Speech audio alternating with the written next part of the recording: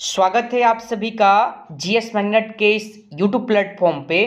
तो साथियों, आज के इस टेस्ट सीरीज के माध्यम से हम लोग बिहार पुलिस 21,391 पदों के लिए जो संभावित एग्जाम है दिसंबर महीना से शुरू होने जा रहा है। दिसंबर महीना काफ़ी नियरेस्ट है और इस सेशन में हम लोग ज्ञान बिंदु जीएस एकेडमी और रोशन सर का जो ऑफलाइन क्लास टेस्ट है, जिसमें आपको physics, chemistry, biology, geography, polity, history, ठीक है, इकोनॉमिक्स के जो सम्मिलित रूप से 100 प्रश्न का टेस्ट हुआ है, इन 100 प्रश्नों को हम लोग सॉल्व करेंगे, जो आपके बिहार पुलिस और बिहार दरोगा के एग्जाम के लिए काफ़ी ज़्यादा इंपॉर्टेंट है। ठीक है, तो आप सभी लोग अपना कीमती वक्त निकाल करके प्रैक्टिस सेट के साथ जुड़िए और 100 के 100 प्रश्न को सॉल्व कीजिए। पूरे सेशन को देखिए, आपको आपके एग्जाम में बहुत ज़्यादा योगदान सहयोग इस टेस्ट से मिलेगा। ठीक है, तो आइए ज़्यादा समय व्यर्थ न करते हुए हम लोग आज के सेशन को शुरू करते हैं। सेशन शुरू करने से पहले अगर आप चैनल पर नए हैं, चैनल को सब्सक्राइब करके जरूर इस चैनल से जुड़ जाइएगा, क्योंकि इस चैनल के माध्यम से हम ज्ञान बिंदु जीएस एकेडमी रोशन सर का ऑफलाइन क्लास टेस्ट हो, बुक का सोल्यूशन हो, फ्री ऑफ कॉस्ट कराया जाता है। ठीक है, तो आइए हम लोग सेशन को शुरू करते हैं। ठीक है, देखिए पहला प्रश्न आपसे साइंस से पूछा गया है, वो भी साइंस में केमिस्ट्री से पूछा गया है। और केमिस्ट्री में आप लोग पीरियोडिक टेबल को पढ़ते होंगे, धातु अधातु से प्रश्न पूछा गया है। ठीक है, देखिए अगर बात किया जाए पहले नंबर प्रश्न का, तो पहला नंबर प्रश्न आपसे पूछा गया है, निम्नलिखित में किस धातु का घनत्व न्यूनतम है। न्यूनतम यानी कि कम किस धातु का घनत्व है, और कम आपको बताना है। जो चारों ऑप्शन में धातु दिया गया है, पोटेशियम, मैग्नीशियम, एल्युमिनियम और गोल्ड, इन चारों में सबसे कम घनत्व किस धातु का है। तो ध्यान रखिएगा, गोल्ड का बात किया जाए, गोल्ड का संकेत क्या होता है, Au होता है। ठीक है, गोल्ड धातु का जो घनत्व होता है यानी कि 19.3 ग्राम प्रति, ध्यान रखिएगा, सेंटीमीटर क्यूब। ठीक है ना। उसके बाद एल्यूमिनियम धातु के घनत्व का अगर बात किया जाए तो ध्यान रखिएगा 2.7, 2 है, 2.7 ग्राम प्रति सेंटीमीटर क्यूब। ठीक है, पोटेशियम धातु का बात किया जाए तो ध्यान रखिएगा आप लोग, पोटेशियम का संकेत K होता है और पोटेशियम धातु का जो घनत्व हो जाएगा 0.856 ग्राम प्रति सेंटीमीटर क्यूब, आप लोग ध्यान रखिएगा। और वही मैग्नीशियम धातु का अगर बात किया जाए कि मैग्नीशियम का घनत्व कितना होता है, तो ध्यान रखिएगा आप लोग 1.74 ग्राम प्रति सेंटीमीटर क्यूब। ठीक है, तो देखिए यहाँ पर एल्युमिनियम को देखिएगा तो 2.7 ग्राम प्रति सेंटीमीटर क्यूब। ठीक है, सोना का 19.3 है और पोटेशियम का 0.856 है और मैग्नीशियम का 1 पॉइंट देख लीजिए यहाँ पर 7 है। तो आप लोग बताइए कि कम किसका है, तो कम किसका है, तो ध्यान रखिएगा पोटेशियम का है। ठीक है, पोटेशियम आपके प्रश्न का सही जवाब होगा, ऑप्शन नंबर ए में दिया गया है। ठीक है, अगर आपसे पोटेशियम का संकेत पूछ लेता तो ध्यान रखिएगा K होता है, और परमाणु संख्या अगर आपसे पूछता तो ध्यान रखिए इसका 19 होता है। ठीक है, पोटेशियम का कितना होता है, 19 होता है। पोटेशियम एक क्षार धातु है, यह भी आप लोग साथ साथ ध्यान रखिएगा। ठीक है, चलिए अगले प्रश्न नंबर 2 को सॉल्व कीजिए आप लोग। दूसरा प्रश्न है, निम्नलिखित कथनों पर विचार कीजिए। देखिए 3 कथन दिया गया है और सही और गलत कथन बताना है। ठीक है, Au यानी कि सोना, Ag यानी कि चांदी, Pt यानी कि प्लेटिनम, Cu कॉपर प्रकृति में स्वतंत्र अवस्था में पाए जाने वाले धातु है, क्योंकि ये कम क्रियाशील है। बिल्कुल आपका सही जवाब है। अगर चांदी सोना क्रियाशील ज़्यादा होता तो आभूषण में नहीं बनाया जाता और लोग उसे पहनते, गले में पहन करके रखते हैं, हाथ में पहन करके रखते हैं। ठीक है, तो क्रिया करता तो कहाँ से मतलब पहन पाते। ठीक है, तो यह सही कथन दिया गया है आपका। ठीक है, दूसरे नंबर कथन को देखिए, पोटेशियम, सोडियम, कैल्शियम, मैग्नीशियम काफ़ी क्रियाशील है, अतः यह स्वतंत्र अवस्था में नहीं रह सकते हैं। बिल्कुल यह भी सही कथन है, पहला भी सही है। तीसरा देखिए, मध्यम अभिक्रियाशील धातु जैसे एल्युमिनियम, जिंक यानी Fe लोहा, Pb भूपट्टी पर मुख्यतः ऑक्साइड, सल्फाइड अथवा कार्बोनेट के रूप में पाए जाते हैं, यह भी कथन सही है। तीनों कथन सही है, आपके प्रश्न का सही जवाब ऑप्शन नंबर डी 1, 2 और 3 हो जाएगा। ठीक है, ध्यान रखिएगा। अगला प्रश्न देखिए 3 नंबर आपसे पूछा है, खाद्य पदार्थ रखे जाने वाले कनस्तर पर टीन का लेप चढ़ाया जाता है, जस्ता का लेप नहीं, कारण आपसे पूछा गया है। देखिए कारण का अगर बात किया जाए तो ध्यान रखिएगा आप सभी लोग ऑप्शन नंबर सी को, यानी कि जस्ता टीन से क्रियाशील होता है। जस्ता जो होता है टीन से क्या होता है, अधिक क्रियाशील होता है, ठीक है ना। तो ऑप्शन नंबर सी आपके 3 नंबर प्रश्न का सही जवाब हो जाएगा। अगला प्रश्न है 4 नंबर, जिस अयस्क में उसके कण उसमें उपस्थित अपद्रव्यों से भारी होते हैं उसे निम्नलिखित में से किस विधि से सांद्रित किया जाता है। किस विधि से सांद्रित किया जाता है। देखिए अयस्कों के सांद्रण की फेन उत्प्लावन भी विधि है, गुरुत्वीय पृथक्करण भी विधि है, ठीक है, चुंबकीय पृथक्करण भी है, गलनिक पृथक्करण भी है, ठीक है। लेकिन आपसे जो प्रश्न पूछा गया है तो प्रश्न के अकॉर्डिंग आपके प्रश्न का सही जवाब ऑप्शन नंबर बी गुरुत्वीय पृथक्करण हो जाएगा, ठीक है ना। चलिए अगला प्रश्न क्या है 5 नंबर, सोडियम बाइकार्बोनेट का इस्तेमाल किस रूप में किया जाता है। सोडियम बाइकार्बोनेट ध्यान रखिएगा NaHCO3 सोडियम बाइकार्बोनेट का फॉर्मूला होता है। और ध्यान रखिएगा इसका जो इस्तेमाल होता है बेकिंग सोडा के रूप में भी होता है, ध्यान रखिएगा बेकिंग सोडा के रूप में भी, एंटासिड के रूप में भी होता है, अग्निशमन यंत्रों में भी होता है, ठीक है। तो तीनों कथन यानी कि तीनों ऑप्शन सही है, तीनों में इसका उपयोग होता है। ऑप्शन नंबर डी आपके प्रश्न का सही जवाब होगा, उपयुक्त सभी, ठीक है। 6वां नंबर प्रश्न है, एल्यूमिना के विद्युत अपघटन में कार्योलाइट Na3AlF6 इसलिए मिलाया जाता है, मतलब किसके लिए मिलाया जाता है, इसका मिलाव किसके लिए किया जाता है।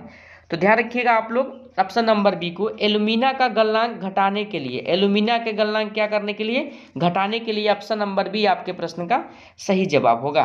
अगला प्रश्न है 7 नंबर, चूने का पत्थर CaCO3 को गर्म करने पर प्राप्त होता है। देखिए जब गर्म किया जाता है ना, यानी कि कैल्शियम कार्बोनेट को, ठीक है, चूने का पत्थर जो होता है इसे गर्म करने पर ध्यान रखिएगा हमेशा के लिए आप लोग, यानी कि कैल्शियम ऑक्साइड प्राप्त होता है। क्या प्राप्त होता है, कैल्शियम ऑक्साइड प्राप्त होता है और CO2 गैस मुक्त होता है, ध्यान रखिएगा, ठीक है। निकलता कौन सा गैस है, तो ध्यान रखिएगा CO2 गैस निकलता है, ठीक है। तो ऑप्शन नंबर ए आपके प्रश्न का सही जवाब होगा, इस बात को आप लोग ध्यान रखिएगा, ठीक है ना।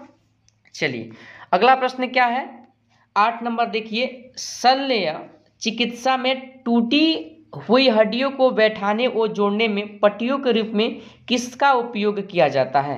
किसका उपयोग किया जाता है आपसे प्रश्न पूछा गया है, 10th लेवल के प्रश्न है। प्लास्टर ऑफ पेरिस आप लोग ध्यान रखिएगा, प्लास्टर ऑफ पेरिस आपके प्रश्न का सही जवाब होगा। और जब जिप्सम को 125 डिग्री सेल्सियस पर गर्म किया जाता है तो प्लास्टर ऑफ पेरिस का निर्माण होता है, ठीक है, ध्यान रखिएगा आप लोग। और ध्यान रखिएगा आपके एग्जाम में इसका सूत्र पूछ ले, प्लास्टर ऑफ पेरिस का पूछा भी जाता है, तो ध्यान रखिएगा CaSO4 × 1/2H2O आप लोग ध्यान रखिएगा, ठीक है ना। तो ऑप्शन बी आपके 8 नंबर प्रश्न का सही जवाब होगा। अगला प्रश्न है 9 नंबर, मानव शरीर में तांबा की मात्रा वृद्धि होने पर कौन सा रोग होता है। देखिए रोग से संबंधित हमेशा आपको हम प्रश्न सब कराए हुए हैं, ध्यान रखिएगा। तांबा में वृद्धि होने से जो शरीर में होने वाला रोग है विल्सन रोग, आप लोग ध्यान रखिएगा, विल्सन रोग आपके प्रश्न का सही जवाब होगा। बेरी रोग, एनीमिया रोग और सिडोरोसिस, ये तीनों के बारे में हम पिछले सेशन में बताए हुए हैं। मैं चाहूंगा आपका रिवीजन हो जाए, कमेंट बॉक्स में जरूर आप सभी इस प्रश्न का आंसर आप लोग बताइए। देखिए ऐसे कमेंट कीजिएगा ना, जो प्रश्न मैं देता हूं उससे आपको लगेगा कि ये प्रश्न हमको याद है, ठीक है ना, इस बात को आप लोग ध्यान रखिएगा। अगला प्रश्न है 10 नंबर, देखिए यहाँ पर संचायक बैटरी में निम्नलिखित में से कौन सी धातु का प्रयोग किया जाता है। कौन सी धातु का प्रयोग किया जाता है, तो ध्यान रखिएगा यानी कि सीसा का प्रयोग किया जाता है। ऑप्शन नंबर बी आपके प्रश्न का सही जवाब होगा, ठीक है, ध्यान रखिएगा। अगला प्रश्न है 11 नंबर, गैलेना का रासायनिक नाम क्या है। देखिए गैलेना का रासायनिक नाम आप सभी से पूछ लिया गया है। गैलेना का रासायनिक नाम जो हो जाएगा, ध्यान रखिएगा, lead sulphide, lead sulphide. Option number C आपके प्रश्न का सही जवाब होगा। गैलेना किसका अयस्क है, तो ध्यान रखिएगा यानी कि लेड का अयस्क है, ठीक है ना। चलिए अगला प्रश्न है आपका 12 नंबर, मोबाइल फोन लैपटॉप की रिचार्जेबल बैटरी बनाने में निम्नलिखित में से किस तत्व का उपयोग होता है। किस तत्व का उपयोग होता है, तत्व पूछा गया है, ध्यान रखिएगा लिथियम, लिथियम आपके प्रश्न का सही जवाब होगा, ऑप्शन नंबर सी में दिया गया है, ठीक है। अगला प्रश्न है 13 नंबर, किसी वस्तु का छोटा तथा आभासी प्रतिबिंब किस दर्पण में बनता है। देखिए दर्पण से संबंधित प्रश्न अगर पूछ ले तो ध्यान रखिएगा यानी कि 13 नंबर प्रश्न के लिए सही जवाब जो हो जाएगा आपका ऑप्शन नंबर यानी कि डी को ध्यान रखिएगा, ठीक है। डी को आप सभी लोग ध्यान रखिएगा। 13 नंबर प्रश्न का आपका सही जवाब होगा उत्तल दर्पण। उत्तल दर्पण आपके प्रश्न का सही जवाब होगा, ध्यान रखिएगा। देखिए छोटा यहाँ पर पूछा है ना, तो छोटा देखिए समतल दर्पण में क्या होता है, तो वस्तु के बराबर प्रतिबिंब बनता है, लेकिन छोटा पूछा है। और उत्तल दर्पण देखिए गाड़ी के साइड मिरर में उत्तल दर्पण लगा रहता है, देखते हैं बहुत बड़ा गाड़ी रहता है या बहुत बड़े वस्तु को छोटा प्रतिबिंब यह बनाता है, तो छोटा पूछा गया है। ऑप्शन डी आपके प्रश्न का सही जवाब होगा। 14 नंबर प्रश्न है, कैमरे का जो काम डायफ्राम करता है आंख में वही काम कौन करता है। देखिए तुलना करके प्रश्न आपसे पूछा गया है आंख और कैमरे से, ठीक है। तो इस प्रश्न के लिए सही जवाब पुतली हो जाएगा। पुतली आपके प्रश्न का सही जवाब होगा, ऑप्शन सी में दिया गया है। 15 नंबर प्रश्न है, आवर्धक लेंस वास्तव में क्या होता है। तो आवर्धक जो लेंस होते हैं वास्तव में आप सभी ध्यान रखिएगा, इंपॉर्टेंट प्रश्न है, उत्तल लेंस होते हैं। लेंस की क्षमता मापने का जो मात्रक होता है ध्यान रखिएगा डायऑप्टर होता है। डायऑप्टर आपसे प्रश्न में पूछा जा सकता है, ध्यान रखिएगा। चलिए अगला प्रश्न है 16 नंबर, आंख के किस भाग के द्वारा आंख में प्रवेश करने वाले प्रकाश की मात्रा नियंत्रित होती है। यह प्रश्न बिहार पुलिस मद्य निषेध दारोगा के एग्जाम और बिहार बीपीएससी में भी पूछा गया है, इस बात को ध्यान रखिएगा। 16 का सही जवाब आइरिस हो जाएगा। रेटिना पर वास्तविक प्रतिबिंब बनता है किसी वस्तु का मानव नेत्र में, इस बात को आप लोग ध्यान रखिएगा, ठीक है। और नेत्र दान के समय ध्यान रखिएगा कर्निया दान दिया जाता है, ठीक है, कर्निया आप लोग ध्यान रखिएगा। चलिए अगला प्रश्न है देखिए 17 नंबर, बुढ़ापे में दूरदृष्टिता वो खराबी होती है जिसमें लेंस के बारे में आप सभी से प्रश्न पूछ लिया गया है, नेत्र से संबंधित, वो भी बुढ़ापे में। तो ध्यान रखिएगा आप लोग, अपनी प्रत्यास्थता खो देता है, अपनी प्रत्यास्थता खो देता है, ऑप्शन ए आपके 17 नंबर प्रश्न का सही जवाब होगा। 18 नंबर प्रश्न है, निम्नलिखित में से कौन सी प्रघटना यह निर्णय लेने में सहायक होती है कि प्रकाश एक अनुप्रस्थ तरंग है। देखिए प्रकाश आधुनिक मान्यता के अनुसार ध्यान रखिएगा कण भी है और तरंग भी है, ठीक है, इस बात को ध्यान रखिएगा। लेकिन आपसे देखिए निर्णय पूछा गया है, यहाँ पर प्रघटना यह निर्णय लेने में सहायक है, तो ध्यान रखिएगा आप सभी लोग। 18 के लिए सही जवाब ध्रुवीकरण, ध्रुवीकरण ऑप्शन सी आपके प्रश्न का सही जवाब होगा। 19 नंबर प्रश्न है, वे यानी कि प्रकाश का वेग सर्वप्रथम किसने ज्ञात किया। देखिए प्रकाश के वेग के अगर बारे में बात किया जाए तो ध्यान रखिएगा आप सभी लोग, रोमर नाम के वैज्ञानिक ने सर्वप्रथम बार ज्ञात किया था, ठीक है। ऑप्शन सी आपके प्रश्न का सही जवाब होगा, इस बात को आप लोग ध्यान रखिएगा। यहीं से आपको 3 पॉइंट और ध्यान रखना है। जो प्रकाश का वेग है ध्यान रखिएगा, निर्वात में अगर आपसे पूछे तो 3 × 10⁸ मीटर पर सेकेंड होता है, 3 × 10⁸ मीटर पर सेकेंड होता है, ठीक है। वही वायु में भी इतना ही होता है, ठीक है, ध्यान रखिएगा। और भी एक पॉइंट आपको ध्यान रखना है, अगर कांच में आपसे पूछ ले तो कांच में प्रकाश का वेग 2 × 10⁸ मीटर पर सेकेंड होता है। वही पानी में पूछे यानी कि जल में आपसे पूछ ले तो 2.5 × 10⁸ मीटर पर सेकेंड आप लोग ध्यान रखिएगा, ठीक है, यह 5 है, ध्यान रखिएगा। ऑप्शन सी आपके 19 नंबर प्रश्न का सही जवाब होगा। 20 नंबर प्रश्न है, माध्यम के तापमान में वृद्धि के साथ प्रकाश की गति क्या होता है, बताइए क्या होता है। देखिए इस प्रश्न के लिए सही जवाब क्या हो जाएगा, तो ध्यान रखिएगा 20 के लिए ऑप्शन सी वैसे ही रहती है, वैसे ही रहती है, ऑप्शन सी आपके प्रश्न का सही जवाब होगा। 21 नंबर प्रश्न है देखिए यहाँ पर, निम्नलिखित में किस प्रकार के गुणसूत्र की आकृति अंग्रेजी वर्णमाला भी के अक्षर के समान होती है, बताइए किसकी आकृति होती है। ध्यान रखिएगा आप लोग, ऑप्शन नंबर सी मेटासेंट्रिक, ठीक है, ऑप्शन सी आपके प्रश्न का सही जवाब होगा। अगला प्रश्न है 22 नंबर, mRNA का निर्माण कहाँ होता है, बताइए इसका निर्माण कहाँ होता है। तो इसका निर्माण का अगर देखा जाए तो ध्यान रखिएगा आप सभी लोग, 22 नंबर प्रश्न का सही जवाब ऑप्शन सी यानी कि केंद्रक में होता है, केंद्रक में होता है, ऑप्शन नंबर सी आपके प्रश्न का सही जवाब होगा, ठीक है।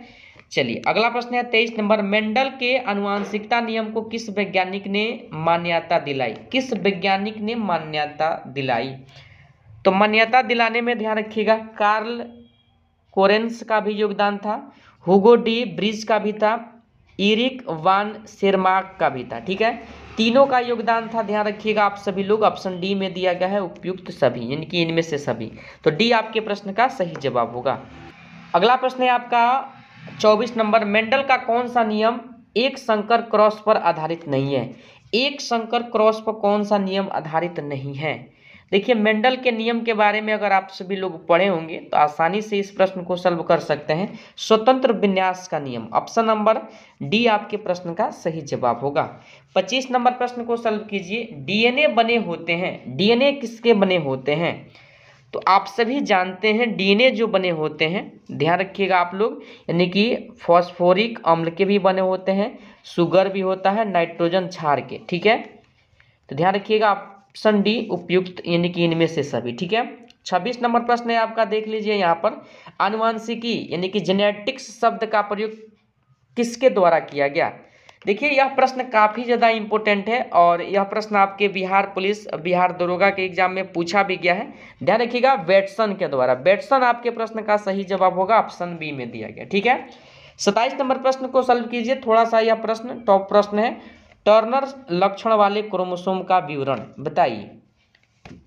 ऑप्शन 4 दिया गया है और ध्यान रखिएगा आप सभी लोग, 27 के लिए सही जवाब ऑप्शन ए हो जाएगा। ठीक है ना। चलिए, अगला प्रश्न है, देखिए 28 नंबर, क्लाइनफेल्टर्स लक्षण वाले क्रोमोसोम का विवरण। देखिए, दोनों प्रश्न को आप सभी को याद कर लेना पड़ेगा। ठीक है, और याद करना पड़ेगा, आसान प्रश्न है, पूछा जा सकता है। तो 44A + XX Y आप लोग ध्यान रखिएगा। ठीक है, चलिए अगला प्रश्न है 29 नंबर, डीएनए फिंगर प्रिंटिंग का प्रारंभिक विकास किसके द्वारा किया गया?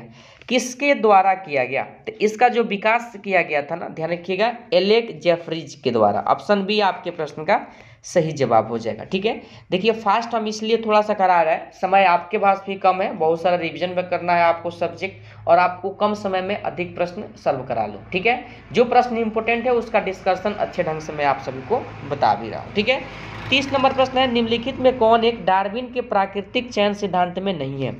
नहीं वाले प्रश्न को आप सभी लोग ध्यानपूर्वक पढ़िएगा, उसके बाद आंसर लगाइएगा, क्योंकि आपको 10, 15, 20 प्रश्न आपको एग्जाम से बाहर, मतलब आपको रिजल्ट से बाहर नहीं करता है। एक ही प्रश्न और 0 पॉइंट कुछ मार्क्स ही आपको बाहर करता है। ठीक है ना। देखिए 30 नंबर प्रश्न है और इस प्रश्न का सही जवाब अंगों का उपयोग अनुपयोग, ध्यान रखिएगा ऑप्शन सी। ठीक है, चलिए 31 नंबर प्रश्न है, द ओरिजिन ऑफ लाइफ पुस्तक के लेखक। पुस्तक वाले प्रश्न को तो रट जाइएगा आप सभी लोग, और इस प्रश्न का सही जवाब, यानी कि जो द ओरिजिन ऑफ लाइफ पुस्तक है, इसकी रचना जो है, ध्यान रखिएगा आप लोग, यानी कि ओपेरिन ने किया है। किसने किया है? ओपेरिन। ऑप्शन नंबर डी आपके प्रश्न का सही जवाब होगा। अगला प्रश्न है 32 नंबर, भोजन एवं आवास के लिए जंतुओं में आपस में किस प्रकार का संघर्ष होता है? किस प्रकार का संघर्ष होता है, ध्यान रखिएगा आप लोग, यानी कि 32 नंबर प्रश्न के लिए जो लोग भी सही जवाब ऑप्शन डी, यानी कि अंतरजातीय, अंतराजातीय, ठीक है, और पर्यावरणीय, यह तीनों का संयोजन होता है, यानी कि संघर्ष होता है। डी आपके प्रश्न का सही जवाब होगा इनमें से सभी। ठीक है, 33 नंबर प्रश्न है, विकास का कच्चा माल किसे माना जाता है? विकास का अगर कच्चा माल को देखा जाए तो ध्यान रखिएगा आप लोग, विभिन्नताओं को, विभिन्नताओं ऑप्शन नंबर ए आपके प्रश्न का सही जवाब होगा। ठीक है, 34 नंबर प्रश्न है, डीएनए अनुक्रम के तुलनात्मक अध्ययन के द्वारा किसी जीव के पूर्वजों की खोज क्या कहलाता है? किसी जीव के पूर्वजों की खोज आप लोग ध्यान रखिएगा, यानी कि ऑप्शन नंबर बी, यानी कि आणविक जातिवृत्त। आणविक जातिवृत्त ऑप्शन बी आपके प्रश्न का सही जवाब होगा। 35 नंबर प्रश्न है, जीवन की उत्पत्ति किस महाकल्प में हुई? जीवन की उत्पत्ति को अगर देखा जाए तो ध्यान रखिएगा आप सभी लोग, यानी कि option A pre Cambrian. Pre Cambrian आपके प्रश्न का सही जवाब होगा, ऑप्शन नंबर ए में दिया गया। ठीक है, ध्यान रखिएगा आप लोग। चलिए अगले प्रश्न को सॉल्व कीजिए आप लोग। 36 नंबर, प्राग ऐतिहासिक मानव जिसने सबसे पहले संभवतः रहने के लिए झोपड़ियां बनाना तथा मुद्दों को धर्मक्रिया के साथ दफनाया प्रारंभ किया। प्रश्न तो काफी टॉप है। ठीक है, ऐसा प्रश्न संभवतः बन सके। ठीक है, ध्यान रखिएगा आप सभी लोग, ऑप्शन ए, यानी कि नियंडरथल आप लोग ध्यान रखिएगा, ऑप्शन नंबर ए। ठीक है, चलिए अगला प्रश्न है, देखिए 37 नंबर, प्रथम गवर्नर जनरल कौन था जिस पर महाभियोग लॉर्ड वर्कर ने लगाया था? देखिए आप सभी जानते हैं कि जो महाभियोग लगाया गया था, ध्यान रखिएगा आप लोग, ऑप्शन नंबर यानी कि डी को ध्यान रखिएगा, वारेन हेस्टिंग्स को लगाया गया था। ठीक है, वारेन हेस्टिंग्स को लगाया गया था, ध्यान रखिएगा आप लोग, यानी कि वारेन हेस्टिंग्स को 1700, ध्यान रखिएगा आप सभी लोग, यानी कि 87 में भ्रष्टाचार के आरोप लगा करके लॉर्ड वर्कर ने, ठीक है, यानी कि इस पे महाभियोग लगाया था, लेकिन इसे 1700, ध्यान रखिएगा, यानी कि 95 में बरी भी कर दिया गया था। ठीक है, इस बात को ध्यान रखिएगा। और आप सभी जानते हैं कि वारेन हेस्टिंग्स जो है बंगाल का प्रथम गवर्नर जनरल है। ठीक है ना, तो ऑप्शन डी आपके प्रश्न का सही जवाब हो जाएगा। अगला प्रश्न देखिए, सूची वाला दिया है, एक तरफ गवर्नर और एक तरफ उनका कार्यकाल, और आपको कूट के माध्यम से इस प्रश्न का सही जवाब बताना है। ठीक है, देखिए अगर लॉर्ड कर्जन का शासनकाल देखा जाए तो लॉर्ड कर्जन का जो शासनकाल हो जाएगा, ध्यान रखिएगा आप सभी लोग, यानी कि 1899 से लेकर के 1905। ठीक है, लॉर्ड कर्जन के समय ही बंगाल का विभाजन 1905 में हुआ था, इस बात को आप लोग ध्यान भी रखिएगा। ठीक है ना, चलिए तो ए का सही जवाब यानी कि ऑप्शन ए हो जाएगा, कार्यकाल सूची ए। ठीक है, लॉर्ड हार्डिंग का अगर बात किया जाए तो लॉर्ड हार्डिंग का ध्यान रखिएगा 1910 से 1916। ठीक है, लॉर्ड चेम्सफोर्ड का अगर बात किया जाए तो 1916 से 1921, लॉर्ड इरविन का बात किया जाए तो 1926 से 1931। तो देखिए ए का 1, बी का 2, सी का 3 और डी का 4, तो ऑप्शन ए आपके प्रश्न का सही जवाब हो जाएगा, देख लीजिए यहाँ पर। ठीक है, ध्यान रखिएगा। चलिए अगला प्रश्न क्या है, अगला प्रश्न है आपका 39 नंबर, भारतीय प्रेस का मुक्तिदाता किसे कहा जाता है।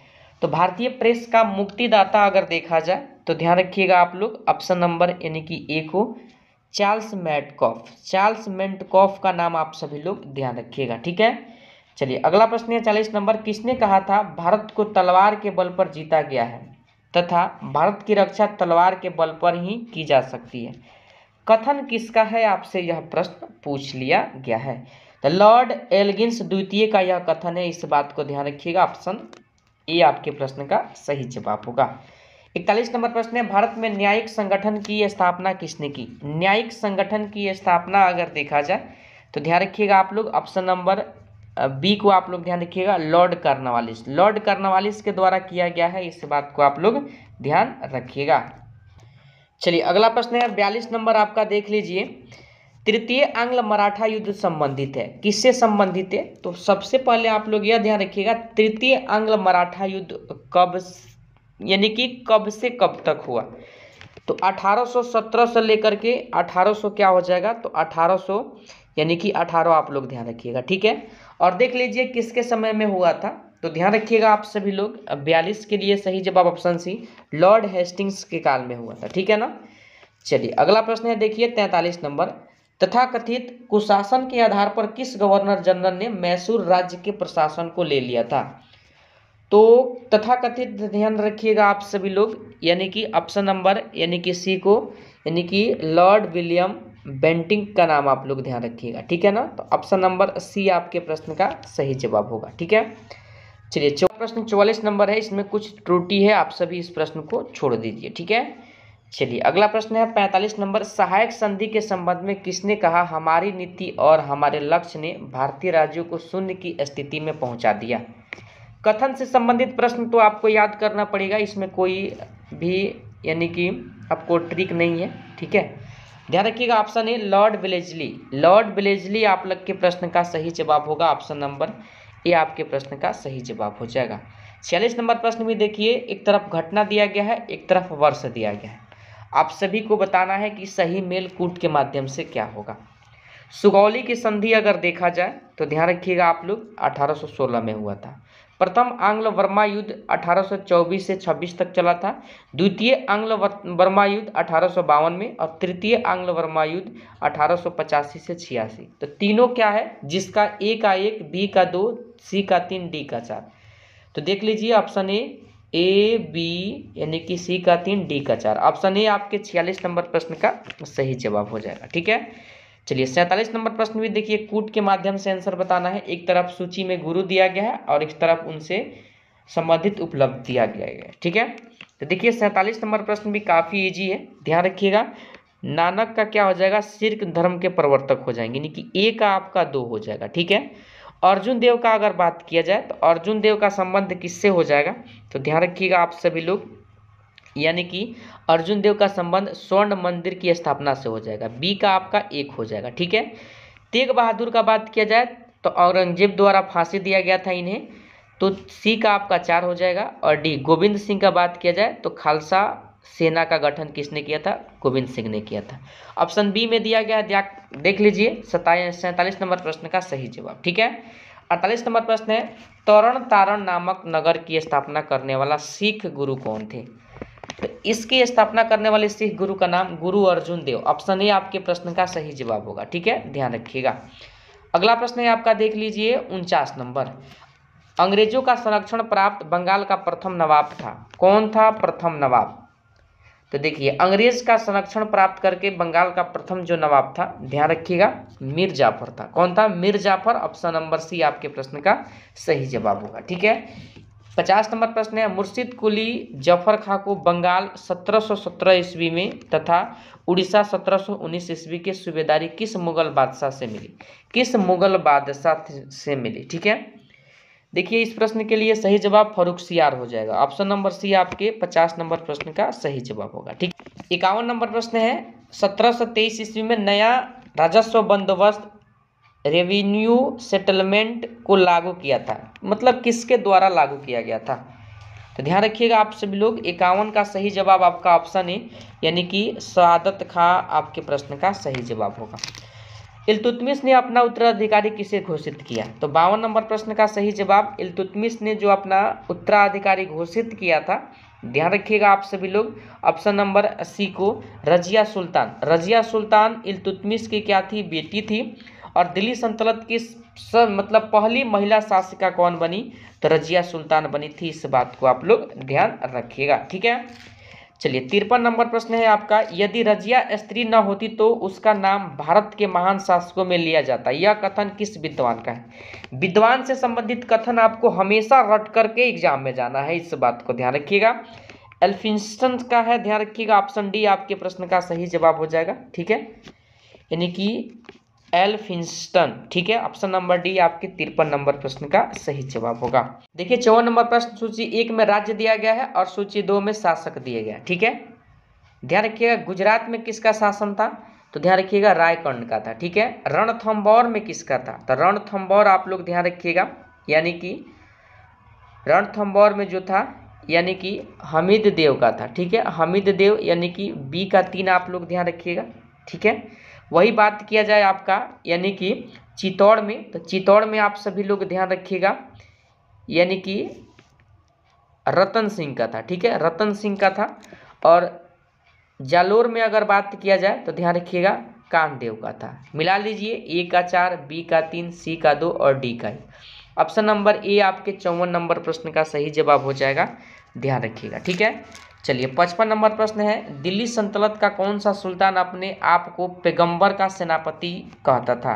पैगंबर का जो सेनापति कहता था अपने आप का, ध्यान रखिएगा, नसरुद्दीन खुसरो शाह कहता था। ठीक है, ऑप्शन नंबर डी में दिया गया है। 56 नंबर प्रश्न है, उलूक तथा दावा व्यवस्था का संबंध तुगलक काल में निम्नलिखित में से किससे था? देखिए उल्लूक का संबंध अगर बात किया जाए तो ध्यान रखिएगा यानी कि डाक व्यवस्था से। किससे? डाक व्यवस्था आप लोग ध्यान रखिएगा। ठीक है, ऑप्शन नंबर बी 56 नंबर प्रश्न का सही जवाब होगा। अगला प्रश्न है आपका 57 नंबर, किस सुल्तान ने एक नया मंत्रालय दीवान ए रियासत वाणिज्य मंत्रालय की स्थापना की? दीवान ए रियासत विभाग की जो स्थापना करने वाले जो थे, ध्यान रखिएगा आप सभी लोग, यानी कि ऑप्शन नंबर 57 के लिए अलाउद्दीन खिलजी। अलाउद्दीन खिलजी का नाम आप लोग ध्यान रखिएगा। दीवान ए रियासत वाणिज्य मंत्रालय की स्थापना अलाउद्दीन खिलजी ने किया था। ठीक है, तो 57 का सही जवाब ऑप्शन नंबर ए हो जाएगा। 58 नंबर प्रश्न है, विजयनगर साम्राज्य पर राज यानी कि शासन करने वाले राजवंशों का सही क्रम क्या है? तो ध्यान रखिएगा संगम वंश। संगम वंश का शासनकाल कब से कब तक था? तो 1336 से लेकर के आप सभी लोग ध्यान रखिएगा 1485। ठीक है, सालू वंश का शासनकाल देखा जाए तो ध्यान रखिएगा यानी कि 1485 से लेकर के आप लोग ध्यान रखिएगा यानी कि 1491। ठीक है, वहीं पर तुलु वंश का देखा जाए तो तुलु वंश का शासन आप लोग ध्यान रखिएगा 1491 से लेकर के ध्यान रखिएगा 1570। ठीक है, आरा बिड्डू वंश का शासन देखा जाए तो ध्यान रखिएगा आप सभी लोग यानी कि 1570 से लेकर के कब तक? तो 1700 यानी कि 1650 ध्यान रखिएगा, 1650 हम लिख देते हैं या बोल देते हैं, 1570 से लेकर 1650। ठीक है, तो देख लीजिए ऑप्शन नंबर सी सही मेल है आपका। पहले शासन किया है संगम वंश, सालू, तुलु, उसके बाद आराबेडु। ठीक है, तो ऑप्शन सी आपके प्रश्न का सही जवाब होगा। 59 नंबर प्रश्न को सॉल्व कीजिए। निम्न में से कौन सा कथन असत्य यानी कि गलत कथन कौन है? देखिए गलत कथन के बारे में देखा जाए तो ध्यान रखिएगा, विजयनगर साम्राज्य में पर्दा प्रथा का प्रचलन था। तो पर्दा प्रथा का प्रचलन नहीं था, इस बात को आप लोग ध्यान रखिएगा। पर्दा प्रथा की देन मुसलमानों की है। ठीक है ना। चलिए अगला प्रश्न है आपका 60 नंबर। ठीक है, 60 नंबर प्रश्न हो जाएगा। एक तरफ राज्य दिया गया है, एक तरफ संस्थापक। ध्यान रखिएगा आप सभी लोग, 60 नंबर प्रश्न का सही जवाब क्या होगा?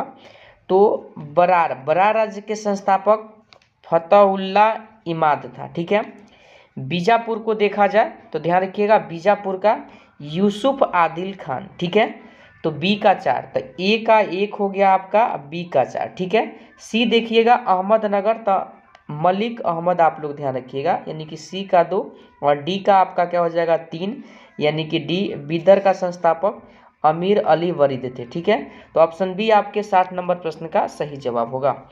अगला प्रश्न है 61 नंबर। रूसी यात्री निकितन किसके दरबार में आया था? निकितन किसके दरबार में आया था? बताइए, निकितन जो आया था किसके दरबार में आया था? तो ध्यान रखिएगा, निकितन जो आया था ना, यानी कि ऑप्शन नंबर ए को आप लोग ध्यान रखिएगा, यानी कि मोहम्मद तृतीय के दरबार में आया था। मोहम्मद तृतीय के दरबार में आया था, इस बात को आप लोग ध्यान रखिएगा। 62 नंबर प्रश्न है, राष्ट्रपति के द्वारा क्षमादान के अंतर्गत विराम शब्द का अर्थ। विराम शब्द का अर्थ क्या होता है? देखिए विराम शब्द का अर्थ जो हो जाएगा ना, ध्यान रखिएगा आप लोग, किन्हीं विशेष परिस्थितियों में सजा कम करना। ठीक है, सजा कम करना, ऑप्शन डी आपके प्रश्न का सही जवाब होगा। राष्ट्रपति से संबंधित जो क्षमादान की शक्ति है, ध्यान रखिएगा आप लोग, अनुच्छेद 72 में है। ठीक है, ध्यान रखिएगा। चलिए अगला प्रश्न है 63 नंबर। राष्ट्रपति के द्वारा अध्यादेश जारी करने संबंधित कथनों पर विचार कीजिए। कथन पर विचार करके सही उत्तर बताना है। ध्यान रखिएगा आप सभी लोग, वह अध्यादेश तभी जारी कर सकता है जब दोनों अथवा किसी एक सदन का शस्त्र न चल रहा हो। सही है, पहला कथन सही है। दूसरा है, वह अध्यादेश तभी जारी कर सकता है जब वह इस बात से संतुष्ट हो कि अध्यादेश जारी करने की आवश्यकता है। तो दोनों कथन सही है, ऑप्शन बी आपके प्रश्न का सही जवाब होगा। ठीक है, अगला प्रश्न है, देखिए यहाँ पर 64 नंबर। राष्ट्रपति की वीटो शक्ति का उल्लेख संविधान के किस अनुच्छेद में है? तो वीटो शक्ति का जो उल्लेख है, ध्यान रखिएगा, 111, अनुच्छेद 111, ऑप्शन नंबर बी आपके प्रश्न का सही जवाब होगा। ध्यान रखिएगा, ज्ञानी जैल सिंह वीटो शक्ति का प्रयोग कर चुके हैं। ध्यान रखिएगा, पहले राष्ट्रपति है वो। ठीक है, चलिए अगला प्रश्न है आपका, ध्यान रखिएगा 65 नंबर। राष्ट्रपति के महाभियोग के संदर्भ में निम्नलिखित कथनों पर विचार कीजिए।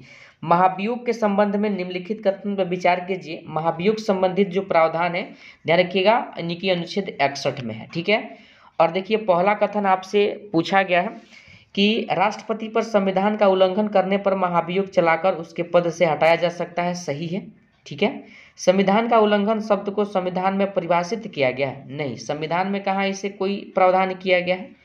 तो दूसरा गलत है, पहला सही है। ऑप्शन ए आपके प्रश्न का सही जवाब होगा। ध्यान रखिएगा। 66 नंबर प्रश्न है, राष्ट्रपति चुनाव के लिए आवश्यक अनुमोदक और प्रस्तावक की संख्या निर्धारित है। देखिए 50 अनुमोदक और आपको 50 प्रस्तावक चाहिए। ठीक है, ध्यान रखिएगा, 66 का सही जवाब ऑप्शन ए, 50 अनुमोदक और 50 प्रस्तावक। ठीक है, चलिए अगला प्रश्न है आपका, यानी कि 67 नंबर।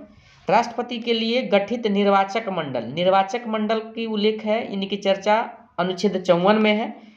मंडल के निर्वाचक मंडल में सम्मिलित होते हैं, मतलब राष्ट्रपति के चुनाव में कौन कौन भाग लेते हैं। ठीक है, ध्यान रखिएगा आप सभी लोग, राष्ट्रपति के चुनाव में जो भाग लेते हैं, संसद के दोनों सदनों के निर्वाचित सदस्य, मनोनीत नहीं भाग लेते हैं। राज्य विधानसभा के निर्वाचित सदस्य भी भाग लेते हैं। केंद्र शासित प्रदेश दिल्ली पुडुचेरी विधानसभा के निर्वाचित सदस्य भी भाग लेते हैं। तीनों सही है, ऑप्शन डी आपके प्रश्न का सही जवाब होगा। ठीक है, 68 नंबर प्रश्न है, रवेदार और रूपांतरित चट्टानों के टूटने से किस प्रकार की मिट्टी बनती है? किस प्रकार की मिट्टी बनती है? तो मिट्टी आप लोग ध्यान रखिएगा, ऑप्शन नंबर डी, लाल मिट्टी बनती है। ठीक है, लाल मिट्टी ऑप्शन नंबर डी आपके प्रश्न का सही जवाब होगा।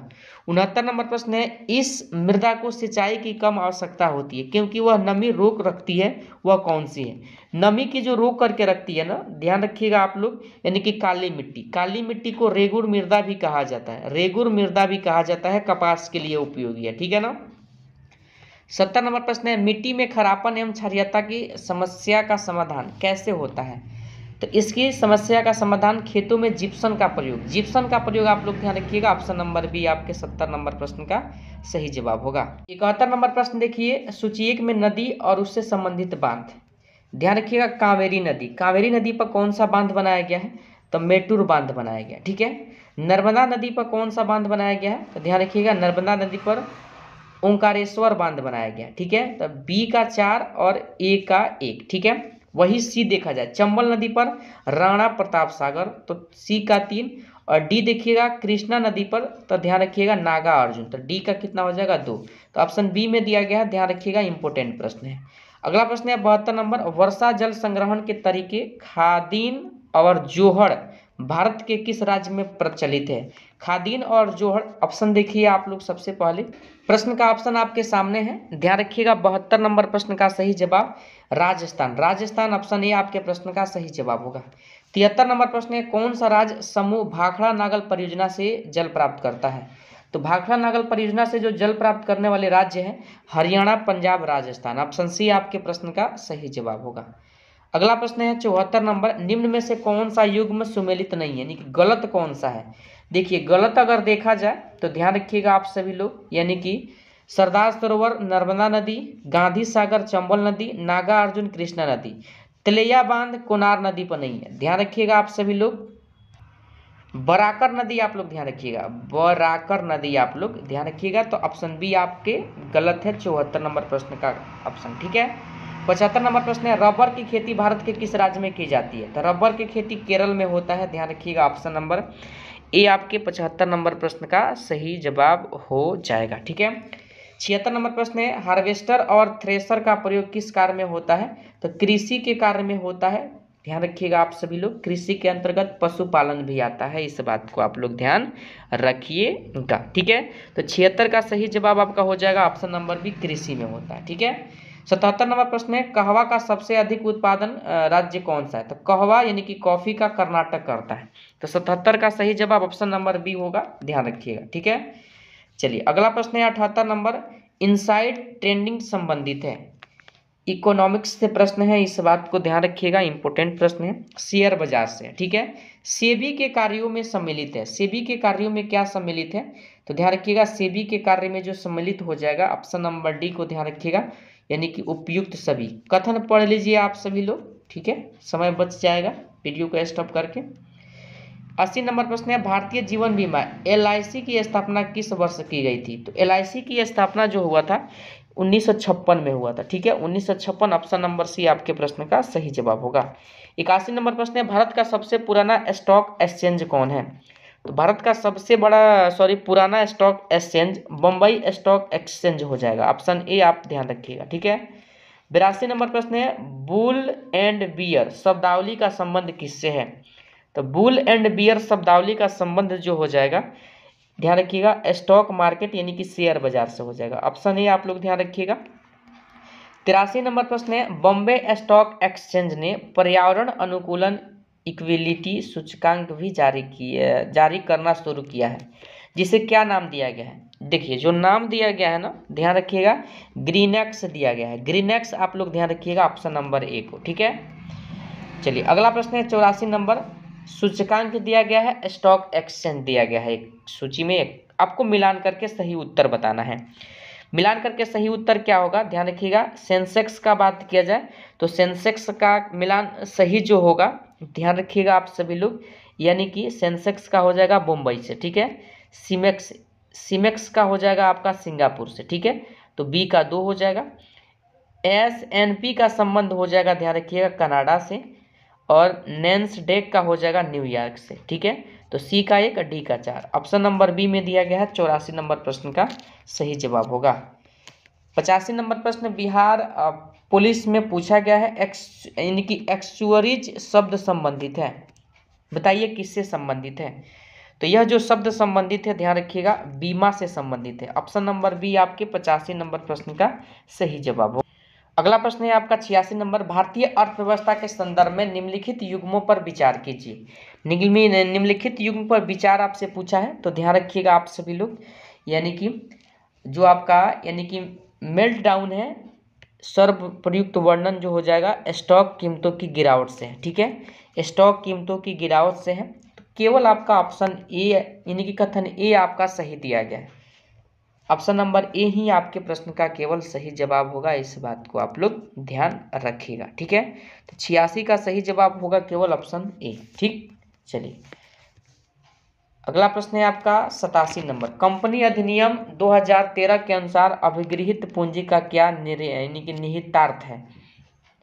अधिनियम 2013 आप लोग पढ़े होंगे, आसानी से इस प्रश्न को सॉल्व कर सकते हैं कि किसी कंपनी की शेयर पूंजी की अधिकता रकम। ठीक है, तो ऑप्शन बी आपके प्रश्न का सही जवाब हो जाएगा 87 नंबर का। ठीक है, 88 नंबर प्रश्न है आपका, देख लीजिए, निम्नलिखित में से कौन सी कंपनी एक शेयर बाजार की क्रियाओं के नियंत्रण से संबंधित है। क्रियाओं के नियंत्रण से संबंधित हो जाएगा सेबी, आप लोग ध्यान रखिएगा ऑप्शन बी में दिया गया। ठीक है, 89 नंबर प्रश्न है, गिल्ट एंज्ड में बी यानी कि बीणु संबंधित है, किससे संबंधित है, तो ध्यान रखिएगा सरकारी प्रतिभूतियों के व्यापार से। ऑप्शन सी आपके प्रश्न का सही जवाब होगा। ठीक है, अगला प्रश्न है 90 नंबर, सुभाष चंद्र बोस ने आजाद हिंद फौज सरकार का गठन किस देश में किए थे। ध्यान रखिएगा आप सभी लोग, सिंगापुर में किए थे। कहाँ किए थे, सिंगापुर आपके प्रश्न का सही जवाब होगा। ध्यान रखिएगा 21 अक्टूबर, ठीक है, 1943 सिंगापुर में किए थे। ठीक है, तो ऑप्शन सी आपके प्रश्न का सही जवाब होगा। 91 नंबर प्रश्न है, भारत में वरीयता अनुक्रम में लोकसभा के अध्यक्ष के ठीक ऊपर कौन आएगा। देखिए ठीक ऊपर जो आएगा ना, ध्यान रखिएगा आप सभी लोग, ऑप्शन नंबर बी उप प्रधानमंत्री। उप प्रधानमंत्री, ध्यान रखिएगा ऑप्शन बी। अगला प्रश्न है आपका 92 नंबर, जीवाणु की कोशिका भित्ति बनी होती है, तो जीवाणुओं की जो कोशिका भित्ति बनी होती है ना, ऑप्शन नंबर सी को पेरिडोग्लाइकन। ठीक है, ऑप्शन नंबर सी आपके 92 नंबर प्रश्न का सही जवाब होगा। ठीक है, 93 नंबर प्रश्न है, अस्थि खुरचनी एवं तक्षणी किस काल से संबंधित है। किस काल से संबंधित है, तो ध्यान रखिएगा उच्च पूरा पाषाण काल। ठीक है, शिवाजी को राजा की उपाधि कौन दिया था, तो शिवाजी को राजा की उपाधि जो दिया था ना, ध्यान रखिएगा औरंगजेब आपके प्रश्न का सही जवाब होगा। दीवान ए इलाही धर्म के प्रधान पुरोहित कौन थे। प्रधान पुरोहित कौन थे, ध्यान रखिएगा अकबर आपके प्रश्न का सही जवाब 95 का ऑप्शन नंबर है। ठीक है, 96 नंबर प्रश्न है, कौन सा प्रत्यक्ष कर है। प्रत्यक्ष कर अप्रत्यक्ष कर से आपसे प्रश्न पूछा जाता है। ठीक है, ध्यान रखिएगा उपहार कर क्या है, प्रत्यक्ष कर है। ठीक है ना, ऑप्शन सी में दिया गया। ब्लैक फूड रोग किसके कारण होता है। ब्लैक फूड रोग किसके कारण होता है, ध्यान रखिएगा आर्सेनिक के कारण होता है। ठीक है ना, 98 नंबर प्रश्न है, एसमैश शब्द किस खेल से संबंधित है, तो इसका संबंध हो जाएगा टेनिस से। टेनिस ऑप्शन बी आपके प्रश्न का सही जवाब होगा। 98 नंबर, गोल्डन ट्रायंगल में स्थित है। ट्रायंगल में क्या स्थित है, ध्यान रखिएगा आप लोग, यानी कि Myanmar, Thailand, Laos. Option B आपके प्रश्न का सही जवाब होगा। अगला प्रश्न है 100 नंबर, मौर्यकालीन कर के संबंध में कौन सा विकल्प असत्य है। कौन सा विकल्प असत्य है, ठीक है, देखिए विकल्प असत्य अगर देखा जाए ना, ध्यान रखिएगा आप सभी लोग, ऑप्शन नंबर ए प्रणय निर्णय कर से संबंधित नहीं है। बाकी जो है बी, सी और डी, यह तीनों क्या है, सही कथन है। ठीक है, तो इस टेस्ट के माध्यम से जो ज्ञान बिंदु जीएस अकेडमी माननीय रोशनानंद सर का जो ऑफलाइन क्लास का क्लास टेस्ट है, जिसमें आपको बायोलॉजी पढ़ाया गया है, फिजिक्स पढ़ाया गया है, केमिस्ट्री पढ़ाया गया है, पॉलिटी, ज्योग्राफी, इकोनॉमिक्स, ठीक है ना, इन सारे सब्जेक्ट का जो क्लास टेस्ट होता है, क्लास टेस्ट से हम लोगों ने 100 प्रश्न को कवर किया। बताइए आपका 100 प्रश्न में कितना स्कोर हो पाया, कमेंट में आप सभी जरूर बताइए। क्लास से संबंधित कोई सुझाव हो यह भी हमें कमेंट में आप सभी लोग बताइएगा। और देखिए चैनल पर नए हैं सब्सक्राइब करके जरूर जुड़ जाइएगा, आपको यह चैनल से काफ़ी ज़्यादा योगदान लाभ मिलेगा। ठीक है ना, चलिए आज के सेशन को यहीं पर समाप्त करते हैं। समाप्त करने से पहले जरूर सेशन को लाइक कर दीजिएगा। ठीक है ना, चलिए तो सेशन समाप्त करते हैं, फिर मिलते हैं अगले सेशन के साथ। तब तक के लिए जय हिंद, जय भारत।